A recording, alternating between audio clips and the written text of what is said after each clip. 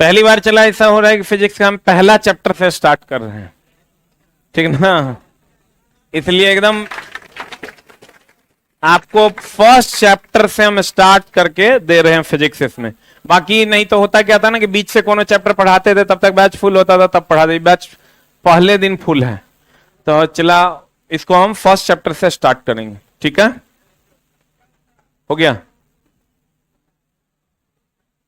Hello hello hello.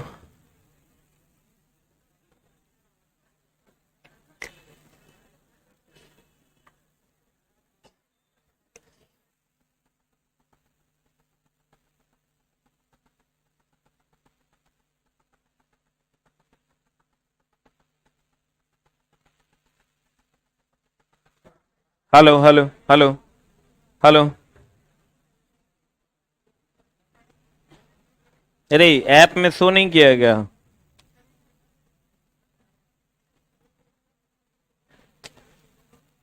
App में show नहीं किया हो गया। कहां दिख रहा है?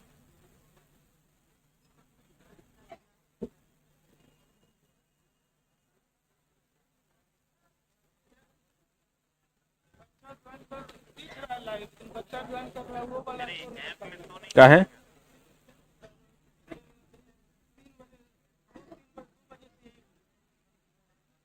हेलो, नोटिफिकेशन जा रहा है। Hello hello.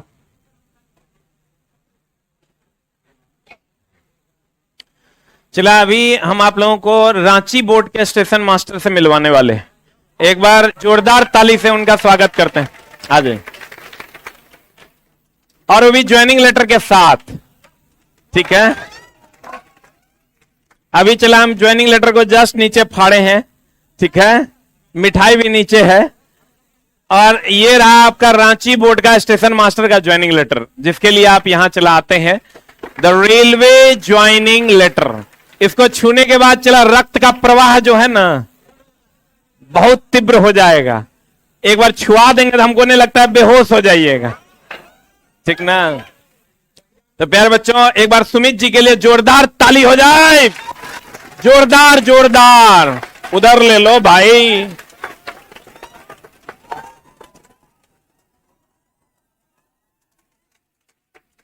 चला सुमित जी कहां से हैं और इनके पिताजी क्या करते थे, और इन्होंने कैसे फाउंडेशन एंड टेस्ट को कैसे किया, कैसे इन्होंने कितना टेस्ट दिया, और कैसे कैसे इन्होंने तैयारी की, इन सब बातों पे हम इन्हीं से सुनेंगे 2 मिनट। और फिर हम लोग आज फिजिक्स का पहला चैप्टर स्टार्ट करने वाले हैं, ठीक है। रेलवे के ज्वाइनिंग लेटर के साथ उम्मीद करेंगे कि पहला दिन शुभ है, अंतिम दिन भी शुभ होगा, ठीक है।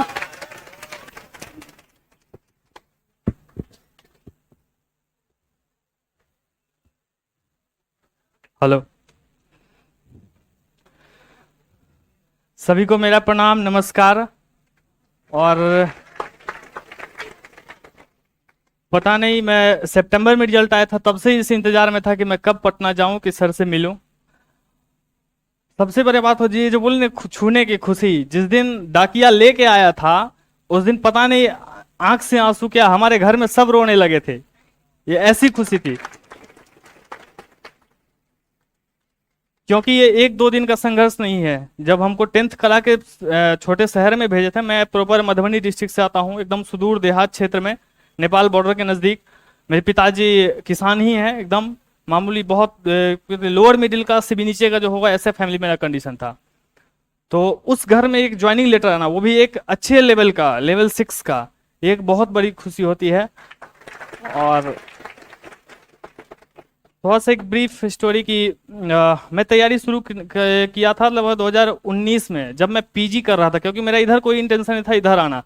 लेकिन थोड़ा सा अचानक से सर लोग का वीडियो देखते थे तो लगता कि देखिए रेलवे में तैयारी करके देखते हैं, कहीं अच्छा पोस्ट मिल जाए। इस पर्पज से सर का वीडियो सब देखने के, और भी जितने भी जहाँ से जो सोर्स मिलता सब देख के थोड़ा सा खुद को चार्ज किए कि नहीं तैयारी करना है।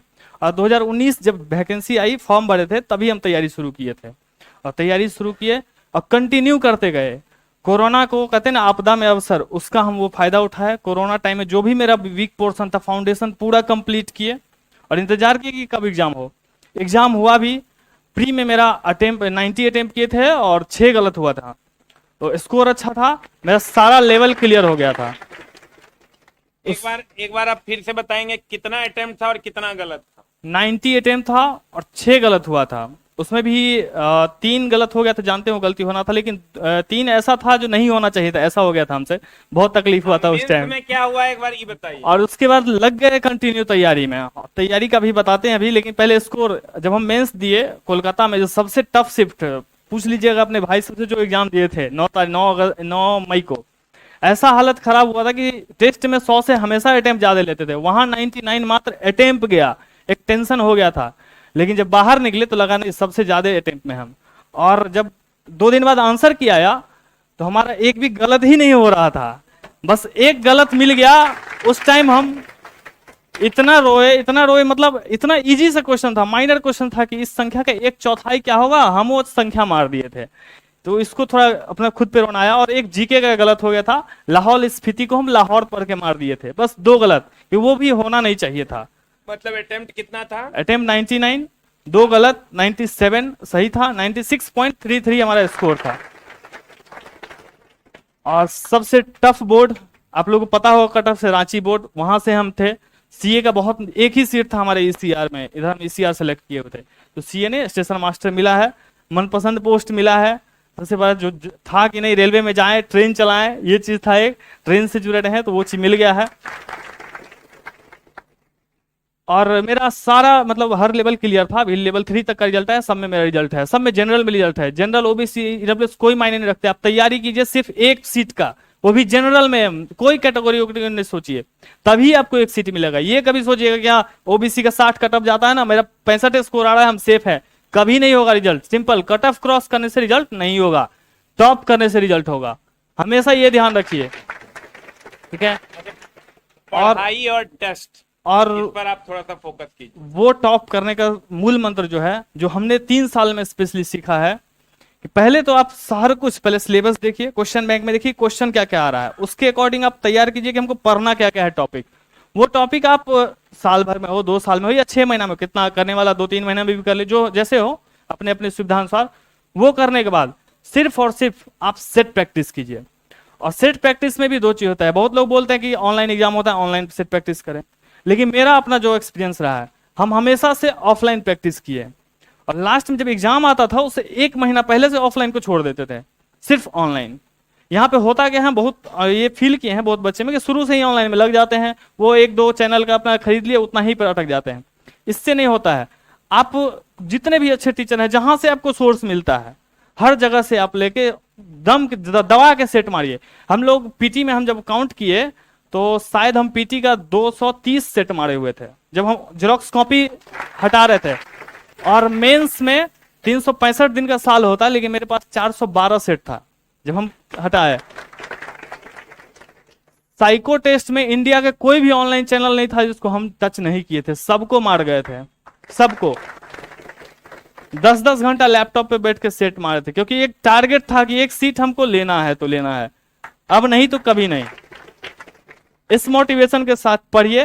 सबसे बड़ा है रेगुलरिटी, जितना आप रेगुलर रहिएगा ना, आपका कभी तबीयत खराब होगा। गौर करिएगा, आप रेगुलर पढ़िए आराम से, कभी आपको एक सर्दी तक नहीं होगा, लेकिन जब भी गैप करिएगा आपका तबीयत खराब हो जाएगा, क्लास छूट जाएगा, टेस्ट छूट जाएगा। इसलिए एकदम रेगुलरिटी मेंटेन रखिए, सबसे बड़ा बात है। हम लोग छठ के दिन तक, मधुबनी से मैं दरभंगा में रहता था, हमेशा 10 साल से दरभंगे में ही हूँ, क्योंकि बहुत कहे ना बहुत गरीब परिवार से आते थे, वो उतना अफोर्ड नहीं कर पाते थे कि यहाँ पटना है, पटना आके घूम के चले गए थे। तो वहां भी इवन छठ से 1 दिन पहले जाते थे घर, और छठ से अगले दिन आ जाते थे। और एक और चीज मैं सब बच्चों को एक सलाह दूंगा करने का, कि आप जो पढ़ रहे हैं कोशिश कीजिए कि अपने से जूनियर हो या अपने साथ वाला, उसको वही चीज समझाइए। ये मेरा एक प्लस पॉइंट था। उसमें हम क्या किए, तो पढ़ाना शुरू कर दिए थे 9th-10th के बच्चे को। 9th-10th के बच्चे को पढ़ाएंगे, एडवांस मैथ हमारा ऑटोमेटिक कंप्लीट हो जाएगा, साइंस हमारा ऑटोमेटिक कंप्लीट होगा, रहा कैसा जो भी रहेगा फाउंडेशन बेस पढ़े रहेंगे, और सेट प्रैक्टिस। और सेट प्रैक्टिस ऐसे नहीं, उसका एनालिसिस। सेट प्रैक्टिस में अगर 90 मिनट टाइम है तो आप 15 मिनट टाइम कम लेके चलिए, और उसके बाद 2 घंटा कम से कम उसका एनालिसिस कीजिए डेली। ऐसा नहीं कि छोड़ देना, छोड़ेगा तो छुट्टी ले जाएगा। सिंपल हम बोले इतना सेट का डेली एनालिसिस किए हुए हैं, अभी भी अगर बैठेंगे तो उतना क्षमता रखते हैं कि टॉप स्कोर पे पहुंच सकते हैं, क्योंकि सारा सेट है। बस यही था सपना कि सर से कब मिले, प्लान ही नहीं बन पाया, अचानक से ऐसे किसी कारण से आना हुआ तो सर से मिलने आ गए हैं ज्वाइनिंग लेटर के साथ। ऐसे हम ऑफलाइन लेटर से हम लोग का ज्वाइनिंग करवा दिया गया है, लेकिन ऑनलाइन के थ्रू ईमेल पे भेजा था, लेकिन ऑफलाइन भेज दिया है। बोला है कम से कम एक धरोहर के रूप में संभाल के रखो, हमेशा छू के खुश होना उस चीज को, ये वहां बोला था स्पेशली। एक बात बताइए, जी सर। कहते हैं कि भगवान मिलता है नौकरी नहीं, लोग कहते हैं भगवान कितनों पढ़ोगे भगवान मिलता है लेकिन नौकरी नहीं मिलता है, इस पर इन लोगों को आप क्या कहना चाहिए? ये सेंटेंस तो बिल्कुल गलत है। हम सिंपल समझ, भगवान मिल खोजने कौन जाता है? भगवान तो हर जगह है, भगवान तो ऐसे ही मिले हुए हैं। आप नौकरी खोजिए, नौकरी लेना है, भगवान ऑटोमेटिक आपको मिलते रहेंगे। भगवान सर इससे बड़ा आपके लिए, इससे बड़ा भगवान क्या है? सबसे बड़ी बात ये है, ये मिल गए, आपका पूरा जीवन, आपके आने वाले 1-2 पीढ़ी भी एकदम सेटिस्फाइड रहेंगे। और इसी में एक पॉजिटिव चीज बता दूं कि मैं अपने साथ अपने छोटे भाई को भी एसएसबी में मेरा उसका सिलेक्शन हुआ है, और कोई कोचिंग क्लास नहीं, उसको सब कुछ हम खुद ही पढ़ाए हैं। जो पढ़ते थे उसको पढ़ा देते थे और साथ में सेट प्रैक्टिस में लेते थे।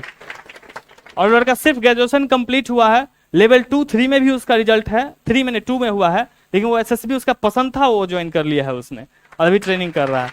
अच्छा, एक चीज और बताइए इन बच्चों को कि टेस्ट जो ये लोग मारते हैं तो कभी रेगुलर नहीं रह पाते हैं, रेगुलर रहना चाहिए कि नहीं रहना चाहिए? वही बात हम पहले बोले, रेगुलर एक दिन भी मिस नहीं करना है। पॉसिबल हो तो संडे को भी, संडे वनडे कुछ नहीं होता है। आपका उस दिन तक कोई छुट्टी नहीं है जिस दिन ज्वाइनिंग लेटर हाथ में ना हो, तब तक कोई छुट्टी नहीं है। सिंपल यही बात दिमाग में रखना है। अच्छा, लोग कहते हैं रेलवे का प्राइवेटाइजेशन हो गया, अब नौकरी नहीं आएगी। कुछ नहीं होने वाला है। क्या होगा? सेफ्टी कैटेगरी कभी प्राइवेटाइजेशन होगा? कभी नहीं होगा। प्राइवेट हाथ में दे देगा, वो सब उल्टा पुल्टा देगा। जैसे सेफ्टी साइकोटेसिस में क्यों होता है? ऐसे ब्रेन वाले को लिया जाता है, एकदम माइंड कॉन्शियस हो, ज्यादा डाइवर्ट नहीं हो। जितना भी सेफ्टी कैटेगरी हो तो 100% श्योर है कि प्राइवेटाइजेशन नहीं होने वाला है। अब छोटा मोटा है, कुछ कुछ ग्रुप डी में हो सकता है, वो अभी हमको जानकारी नहीं है, अब जो भी हो वो सब कर सकता है, जो ऐसे ही किसी को काम दे दिया जा सकता है। लेकिन जो मतलब एलिजिबल होगा उसको जॉब देना है, तो उसमें कभी प्राइवेटाइजेशन नहीं होगा। और प्राइवेटाइजेशन आप क्यों सोचते हैं? आप एक सीट को सोचिए ना, हो गया, उसी से आपका काम निकलना है, एक सीट सोचना है बस। चलिए एक बार सुमित जी के लिए और थैंक यू।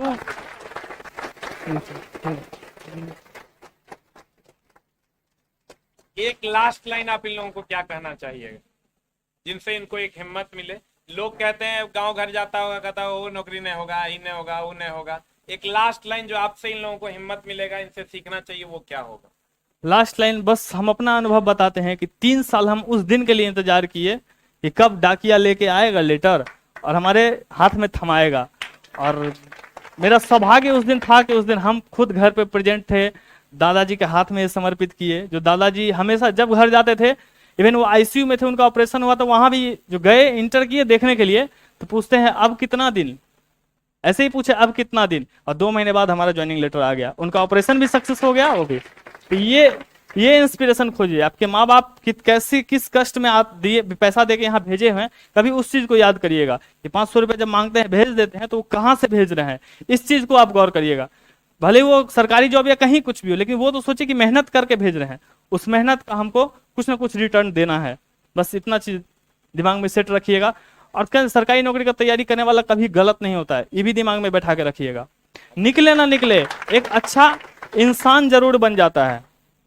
निगेटिव मार्किंग क्यों होता है? यही चीज कि निगेटिव चीजों से आप बचिए, हमेशा पॉजिटिव रहिए। ना आपका कभी गलत संगति होगा, ना कुछ भी, सब कुछ पॉजिटिव रहता है। ऐसा हुआ है, हम खुद रियलाइज किए। हम 40 लड़के के ग्रुप में स्टडी करते थे। अभी ग्रुप डी में लगभग 22 लड़के का फिजिकल के लिए हुआ था, जिसमें से अभी 7-8 का सिलेक्शन हो चुका है, और का आना भी है शायद, पता नहीं, और 7-8 ज्वाइन कर चुके हैं ऑलरेडी। सब लड़का एकदम जो डाइवर्ट हुआ लड़का सब था, वो सब सही रास्ते पे है और आज परिवार के लिए अच्छा कर रहा है, समाज के लिए अच्छा कर रहा है। तो आप समाज में एक इंस्पिरेशन बनिएगा। कम से कम ये तो होगा ना कि फलनमा के बेटा पढ़ता था, वहां देखो आज नौकरी मिला है। जिसका बेटा भैंसी चराता होगा उसको ही बोलेगा कुछ करो, पढ़ो, देखो उसको निकल गया है। ये भी इंस्पिरेशन बढ़िए। Thank you sir. लीजिए अब इनको दे देना। चला एक बार सुमित जी के लिए जोरदार ताली हो जाए। Thank you very much.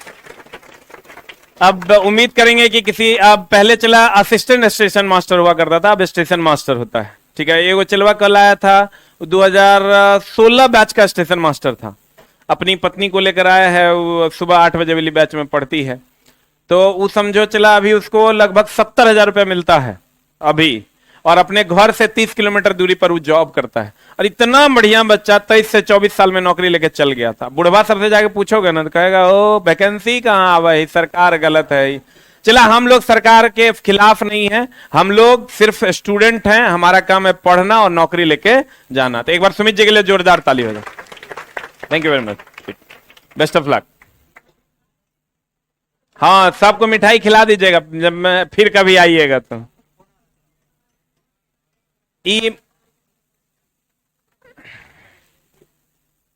भगवान करे चला एक दिन आपके जीवन में भी ये पल आए।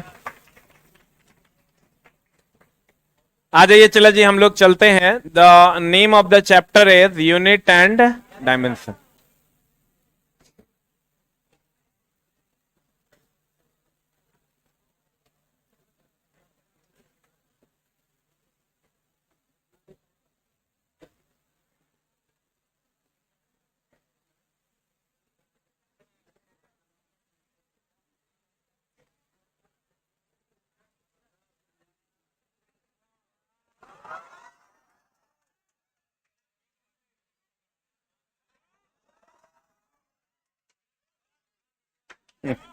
पेन कहाँ है? Where the pen?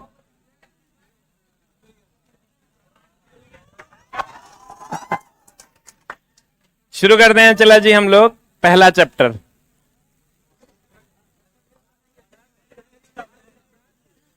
First chapter का पहला टॉपिक है भौतिक राशि। क्या है चला?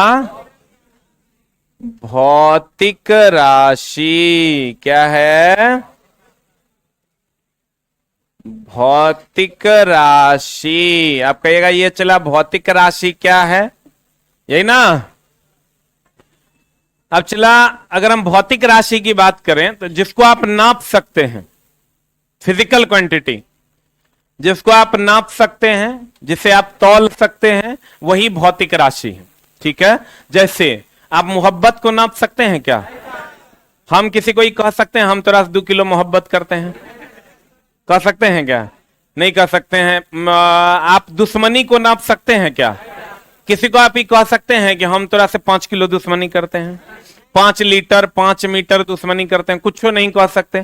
इसका मतलब जिसको आप नाप नहीं सकते वो भौतिक राशि नहीं है, फिजिकल क्वांटिटी नहीं है, और जिसको आप मेजर कर सकते हैं वो फिजिकल क्वांटिटी है। क्लियर है? तो अब चला जी गौर फरमाइएगा, अगर हम भौतिक राशि की बात करें तो किसकी बात करें? चला भौतिक राशि। तो जिसे हम क्या कर सकते हैं? नाप सकते हैं, उसे हम भौतिक राशि कहते हैं। फॉर एग्जाम्पल, भौतिक राशि पदार्थ का वह गुण है जिनका मापन किया जा सकता है तथा उनकी माप को संख्या द्वारा क्या किया जा सकता है? प्रदर्शित किया। संवेग, आवेग, बल, ये सब क्या है? भौतिक राशि। ये सब क्या है चला? भौतिक राशि है। कौन कौन? संवेग, आवेग, बल, द्रव्यमान, समय, ये सब क्या है? भौतिक राशि। नापने का ही मतलब नहीं है चला कि तराजुए से नापेंगे। जैसे 2 घंटा कह दिए तो 2 घंटा भी एक प्रकार की भौतिक राशि। 2 घंटा एक प्रकार की क्या है? भौतिक राशि है। गौर फरमाइएगा। कहते हैं मात्रक। मात्रक क्या होता है चला? कहते हैं किसी भी भौतिक राशि को व्यक्त करने के लिए हमें 2 चीजों की आवश्यकता होती है। किसी भी भौतिक राशि को व्यक्त करने के लिए हमें कितने चीजों की आवश्यकता होती है? कभी आप चला किसी दुकान में चले जाइए और बोलिएगा ना, आप दुकान में चले जाइए और बोलिएगा 2 चावल दो, देगा क्या? आप किसी दुकान में चले जाइए और उसको कहिए कि 2 चावल दो, देगा? काहे नहीं देगा? अगर आप किसी दुकान वाले को जाके कहते हैं कि केजी चावल दो, देगा? नहीं देगा। या तो 1 केजी दे देगा या नहीं तो नहीं देगा। बोलेगा कितना केजी? 1 केजी की, 2 केजी की, 3 केजी की, 4 केजी, कितना केजी? मेरा बात समझ रहे हैं? अगर आप किसी दुकान वाले को जाके कहते हैं कि 2 केजी चावल दो तो दे देगा। खाली कहिएगा 2 चावल दो तो नहीं देगा। खाली कहिएगा केजी चावल दो तो नहीं देगा। लेकिन अगर कह दीजिएगा 2 केजी चावल दो तो दे देगा। इसका मतलब किसी भी भौतिक राशि को व्यक्त करने के लिए हमें 2 चीजों की आवश्यकता होती है, इसकी और इसकी। बोलो हाँ या ना? तो 2 जो है ये संख्यात्मक मान है। 2 क्या है चला? संख्यात्मक मान है, और केजी जो है ना ये मात्रक है। इसका मतलब कोई भी भौतिक राशि कितने चीजों से बना होता है? एक संख्यात्मक मान और दूसरा मात्रक। एक संख्यात्मक मान और दूसरा मात्रक। तो कहते हैं यानी गौर फरमाइएगा, कहते हैं किसी भी भौतिक राशि को व्यक्त करने के लिए दो राशियों की आवश्यकता होती है। कौन कौन? एक संख्यात्मक मान और दूसरा मात्रक। ये देखो दो संख्यात्मक मान है, केजी क्या है? जैसे हम लोग 5 कह देंगे, कपड़ा अगर नापना है कहेंगे 5 कपड़ा है, कोई मानेगा? कहना पड़ेगा 5 मीटर कपड़ा। खाली कहेंगे मीटर कपड़ा है, कोई मानेगा? हम लोगों को कहना होगा 1 मीटर, 2 मीटर, 3 मीटर, 4 मीटर। कितना मीटर कपड़ा है? बोलो ना रे। अब देखो चला, मात्रकों की अलग अलग पद्धतियां थी। मात्रकों की अलग अलग पद्धतियां थी जो यूज हो रही थी। जैसे हुआ ये, जैसे चला पहले तुम अगर ब्रिटेन जाते, इंग्लैंड जाते, या फ्रांस जाते, जर्मनी जाते, या अमेरिका जाते, तो पहले ये ट्रेनिंग दी जाती थी। अभी जो फिजिक्स चला आप यहां पढ़ रहे हैं, यही फिजिक्स आप पूरे विश्व में कहीं चल जाइएगा तो यही पढ़ना। जैसे हम पढ़ा रहे हैं वैसे ही पढ़ना है। मतलब यही सिलेबस है सबका, पूरे विश्व का सिलेबस है यही है फिजिक्स का। कहीं कोई बदलाव नहीं होगा। साइंस में बदलाव नहीं होगा, पॉलिटी में बदलाव होगा, ज्योग्राफी में बदलाव नहीं होगा, लेकिन हिस्ट्री में बदलाव होगा, क्योंकि हर आदमी, वर्ल्ड हिस्ट्री में फिर कोई बदलाव नहीं होगा, उनके लिखने का तरीका बदल जाएगा। इकोनॉमिक्स सेम रहेगा। तो जो आप पढ़ते हैं, बिहार के बच्चे या भारत के बच्चे पढ़ते हैं, जर्मनी के बच्चे भी वही फिजिक्स पढ़ते हैं। पहले क्या होता था चला, अगर आपको जाना है मान लीजिए अमेरिका, मान लीजिए कि हमको अमेरिका जाना है, वहां जॉब करने जाना है, या ब्याह करने जाना है, जे भी करने जाना है, या नौकरी करने जाना है, तो चला अगर वहां जाना है तो हम लोग पहले वीजा बनाते थे, पासपोर्ट बनाते थे और चले जाते थे। यही मामला है। लेकिन चला पहले ऐसा नहीं होता था। पहले वीजा पासपोर्ट बनाना है और उसके बाद 2 से 3 महीने की ट्रेनिंग करनी है और तब आपको अमेरिका जाना है। बहुत पहले की बात बता रहे हैं। मतलब पहले आप वीजा और पासपोर्ट बनाइएगा तो उसी टाइम आपकी ट्रेनिंग भी होगी कि भैया वहां के लिए कर रहे हो तो वहां की चीजों को समझने के लिए आपको ट्रेनिंग लेना होगा। आप कहिएगा ऐसा क्यों? जैसे यहां आप जाइएगा 2 केजी चावल तो देगा कि नहीं देगा?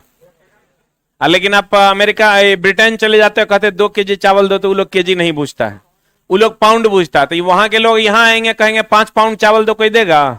मारबो करेगा। अभी तुम दुकान वाले के पास चले जाओ, आप बोलना कि 5 पाउंड चावल दो, देगा? मारेगा 10 गिनेगा, एक पागल हो गया है कि? बोला ना का 1 केजी चावल दे। तो चला ये जो गैप था ना, इसी को सीखना पड़ता था। नहीं तो यहाँ के लोग वहां जाते थे तो कहते थे केजी में दो, और वहां के लोग यहाँ आते थे तो कहते थे पाउंड में दो। तो चला नहीं हो पाता था। इन सब चीजों को सीख के तब लोग अमेरिका जाया करते थे, या फ्रांस या ब्रिटेन जाया करते थे। तो कहा गया कि क्यों ना पूरी दुनिया में एक ही पद्धति लागू किया जाए, कि अगर यहां किलोग्राम में नापते हैं तो अमेरिका में भी किलोग्राम में नापे, ब्रिटेन में भी किलोग्राम में नापे, फ्रांस में भी किलोग्राम में नापे, जहां जर्मनी में किलोग्राम में नापे, जहां जाए वहां किलोग्राम में नापे। बोलन रे? तब मतलब एक यूनिट में नापा जाए, तब ट्रेनिंग की आवश्यकता ही नहीं पड़ेगी। बोलन रे? अगर चला सब जगह एक के यूनिट में नापा जाए, एक के मात्रक में नापा जाए, ट्रेनिंग की आवश्यकता है कि नहीं है? नहीं ना है। अब चला देखिए, गौर फरमाइएगा। कहते हैं अगर ट्रेनिंग की आवश्यकता नहीं है तो अब मामला यह हुआ, कहा गया कि मान लीजिए चला जी कि 2 लोगों को हिंदी आती है, इंग्लिश आती है, और बाकी जो ये हॉल के लोग हैं इस सबको चला हिंदी आती है। 2 लोगों को क्या आती है और बाकी लोगों को क्या आती है? हिंदी आती है।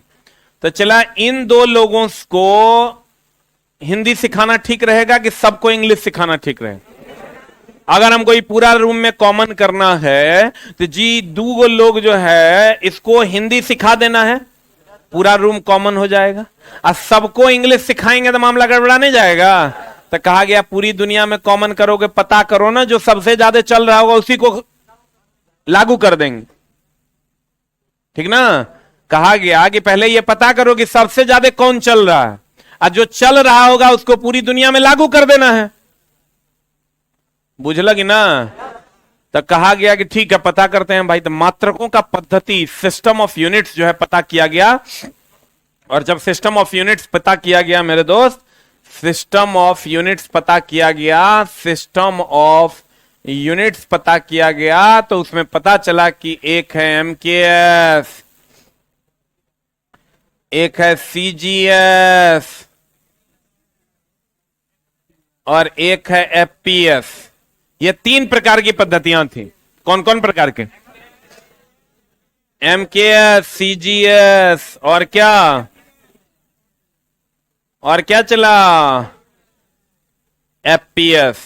अब देखो, एम बोले तो मीटर, मीटर था लंबाई के लिए, ये बोले तो किलोग्राम द्रव्यमान के लिए,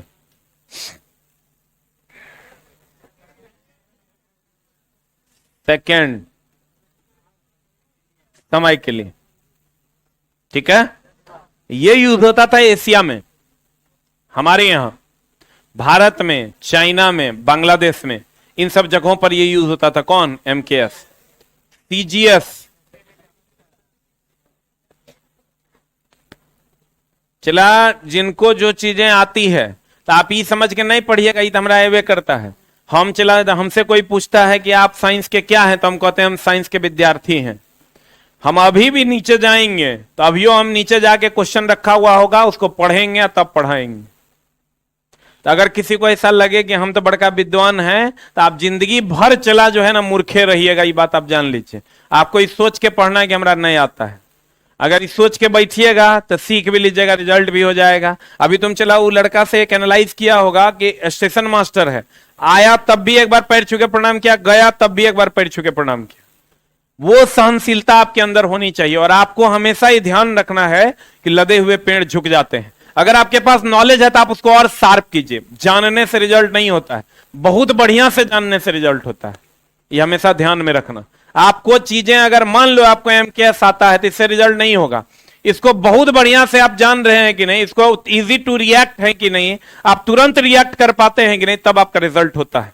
2 नंबर गलती था उसका। कितना नंबर? आप समझ सकते हो कितना फास्ट रिएक्ट करता होगा। इसलिए चला जी, आप ईमान के पढ़िए कि हमको कुछ आता नहीं है। सेंटीमीटर किसके लिए यूज होता था? लंबाई के लिए। ग्राम किसके लिए यूज होता था?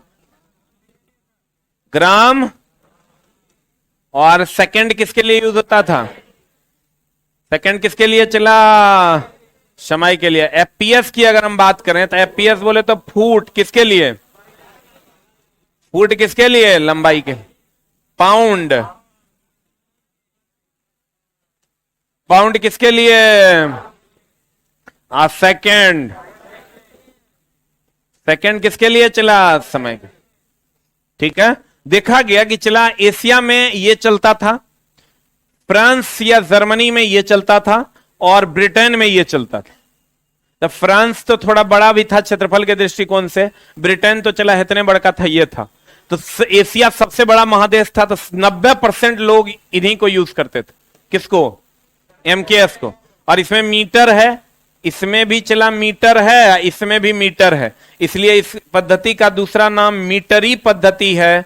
और इस पद्धति का भी दूसरा नाम मीटरी, या इसी को हम लोग फ्रेंच पद्धति भी कहते हैं। चूंकि ये फ्रांस में यूज होता था इसलिए इसका दूसरा नाम मीटरी या फ्रेंच पद्धति है। और ये ब्रिटेन में यूज होता था इसलिए इसका नाम ब्रिटिश पद्धति है। इसका कौन नाम है चला? ब्रिटिश पद्धति।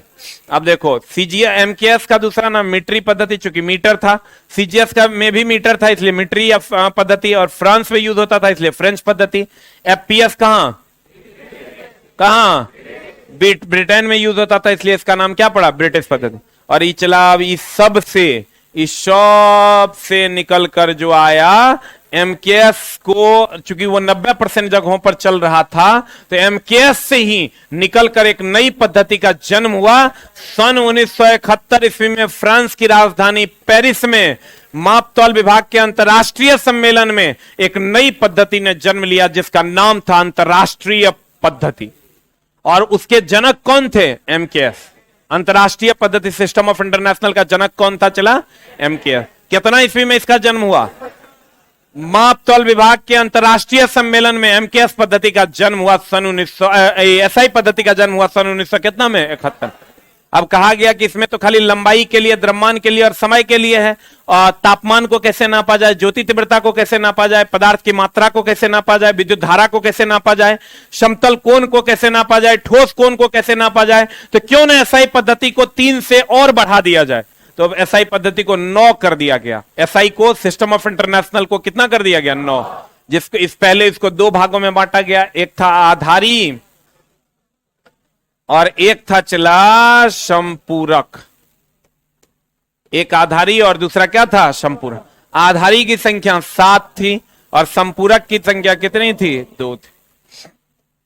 अब गौर फरमाइएगा फिर से, कहते हैं मेरी जान की सिस्टम ऑफ यूनिट्स। पहले तो भौतिक राशि किसको कहते हैं? जिसको नाप सकते हैं। मोहब्बत भौतिक राशि है क्या? प्यार, इश्क, लुच्चा द्रव्यमान है, समय भौतिक राशि है। Physical quantity is that which is able to measure, जिसको हम लोग कैपेबल हैं नापने के, वो भौतिक राशि है। कहते हैं एम के। अब मात्रक किसको कहते हैं? कहते हैं सभी भौतिक राशि को व्यक्त करने के लिए हमें 2 चीजों की आवश्यकता है, एक संख्यात्मक मान और दूसरा मात्रक। तो कहते हैं भैया सिस्टम ऑफ यूनिट्स जो है, मात्रकों की कितनी पद्धतियां चल रही थी? 3। कौन कौन? एमकेएस चल रहा था एशिया में, जिसमें द्रव्यमान, लंबाई के लिए मीटर, द्रव्यमान के लिए किलोग्राम और समय के लिए क्या था? सेकंड। सीजीएस चल रहा था चला फ्रांस में, जिसमें लंबाई के लिए सेंटीमीटर, द्रव्यमान के लिए ग्राम और समय के लिए क्या था? सेकंड। और एफपीएस चल रहा था ब्रिटेन में, लंबाई के लिए फुट, द्रव्यमान के लिए पाउंड, समय के लिए क्या? सेकंड। और इस सब को देखते हुए यह पाया गया कि एमकेएस पद्धति 90% जगहों पर चल रही है। तो चला इसी को मान लिया गया सिस्टम ऑफ इंटरनेशनल, अंतरराष्ट्रीय पद्धति, और कहा गया कि पूरी दुनिया में अब एक कॉमन पद्धति जन्म लेगी और न सीजीएस रहेगा, न एमकेएस रहेगा, न एफपीएस रहेगा। अब एक नई पद्धति का जन्म होगा और जिसका नाम होगा एसआई पद्धति। कितने ईस्वी में? 1971। माप तौल विभाग के अंतरराष्ट्रीय सम्मेलन में फ्रांस की राजधानी पेरिस में। और चला इसको 2 भागों में बांट दिया गया, एक आधारी और दूसरा संपूरक। आधारी की संख्या कितनी थी? 7। संपूरक की संख्या कितनी थी? 2। आधारी की संख्या, आपको पूछेगा एसआई की संख्या कितनी थी? एसआई की संख्या चला 9। 7 और 2 9। एसआई के प्रकार कितने थे? एक आधारी और दूसरा संपूरक। जैसे आपको अगर पूछेगा कि बताए, हमसे पूछा जाए कि आपके घर में कितने प्रकार के लोग हैं, तो हम कहेंगे चला 2 प्रकार के, एक मेल और दूसरा फीमेल। अगर कोई हिजड़ा होगा तो कहेंगे 3 प्रकार के। नहीं कह सकते हैं। मान लो मेरा कोई छोटा भाई रहता, वो हिजड़ा रहता, तो हम कहते भाई मेरे घर में 3 प्रकार के लोग हैं, एगो मेल, एगो फीमेल, एगो गामा किरण।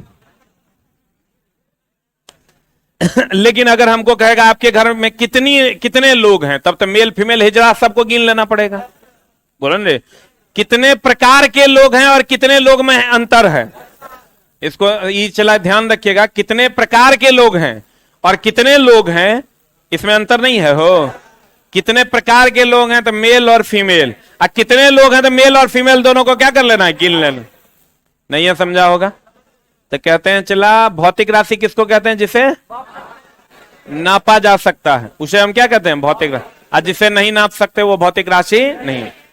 और किसी भी भौतिक राशि को व्यक्त करने के लिए कितने चीजों की आवश्यकता है? कौन कौन? संख्यात्मक, मान और मात्रक। अब मात्रकों की कितनी पद्धतियां थी? अगर कहेगा मात्रकों की कितनी पद्धतियां थी, है, थी, है, कौन कौन?